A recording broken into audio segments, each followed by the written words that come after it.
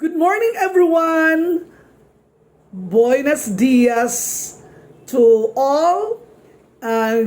Magandang umaga sa ating lahat. Today is January 13, 2024. I would just like to share to you something this morning that is all about in the field of education. That is the performance of our students in the international level assessed in 2022, no?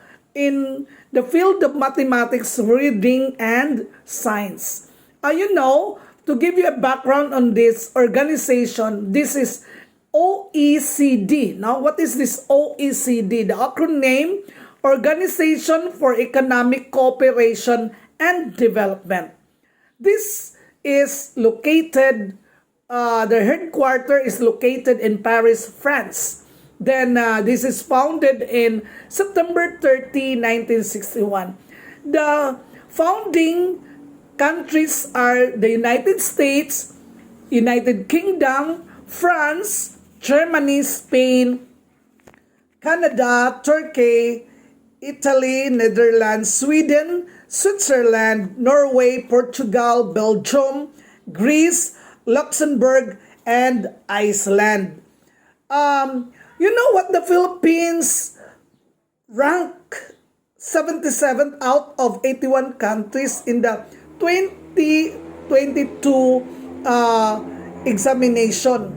Why I am addressing this one this morning? Because I feel this is important since the opening of the second sem of classes for this school year 2023-2024 is, of course, we will start na next week, no? So I am trying to address this one because this is also discussed by other bloggers, and this is also a news, no?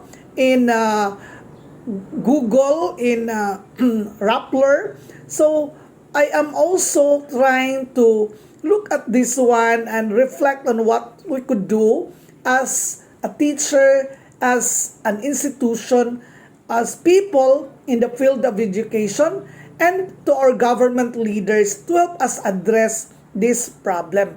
Because we know that education is a backbone to our economic development in our country or in any country.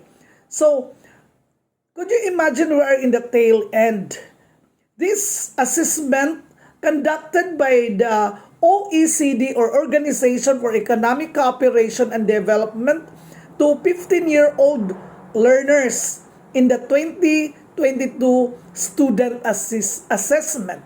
The country scored approximated 120 points lower than the average score. So, what do you mean by this one? If the average score is, let us say, 500, so 500 minus 120. Or let us say 400 minus 120. So, if the average is 400 or 450, whatever, minus 120, that is where we are.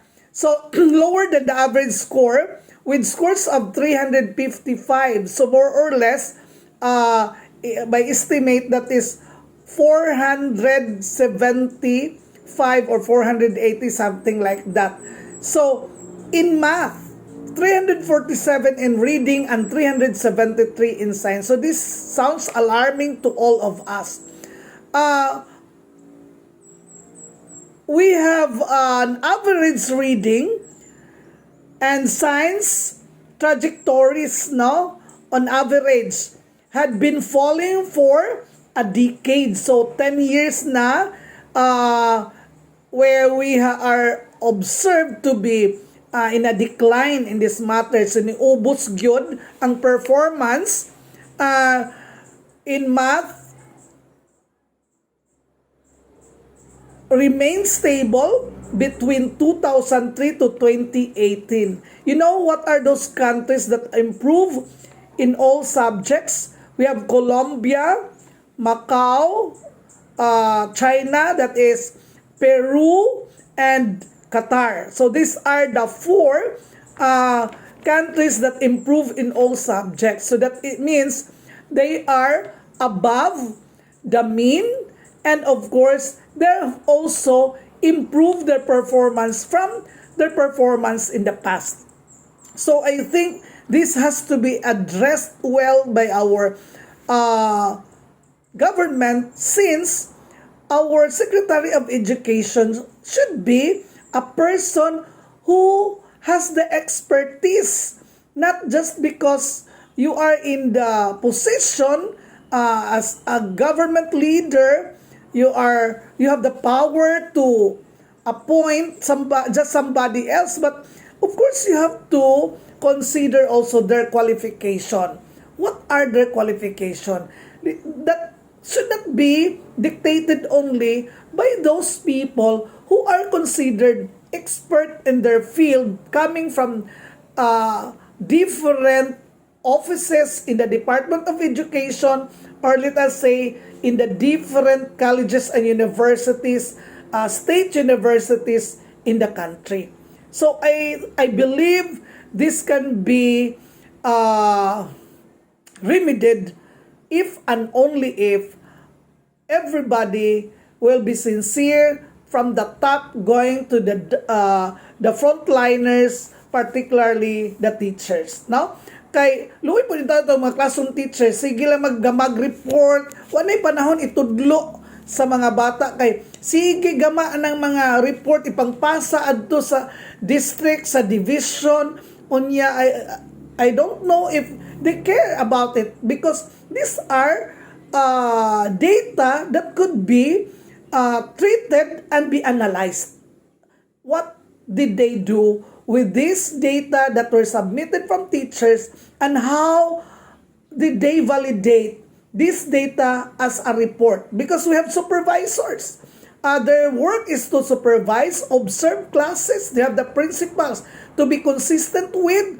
The supervisor and principals must look into their observation material to confer, make a collaboration with the principal, supervisors, and the teachers, so that these things could be addressed.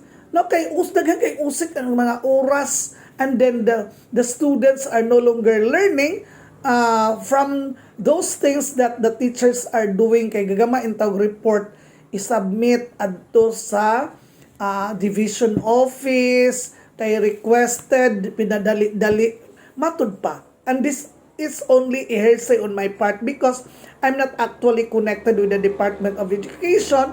Mo na nga, sa tanto ng katabian, makadungog ko niini, but I'm so just telling them, oh my God, I'm sad to hear that. No, niya, mo na nga, sige gama, hinaot unta nga gigaman na og research, kanang mga output diha, o niya, i-verify og tinuod ba, because those reports may be a fabricated thing only. Thank you for listening, and I would like to shout out the following people who like and comment in my post on Facebook. Jam Cahols, we have Maki AMJ, Glenn Calotes, Eldred's Borky just followed me this morning. Amy Vinyalon in the USA. By the way, si Eldred's Borky is from Baltimore, Maryland. I hope we'll see each other there in Baltimore soon. Gilda Sailfair, Manila. Lizelda Calotes Samsudin in Canada. Carlos Sinunugot, Idaho. Mayor Alvin Uy. Monica Chabo Orig. Leah Calotes Aquino. Thank you and good morning.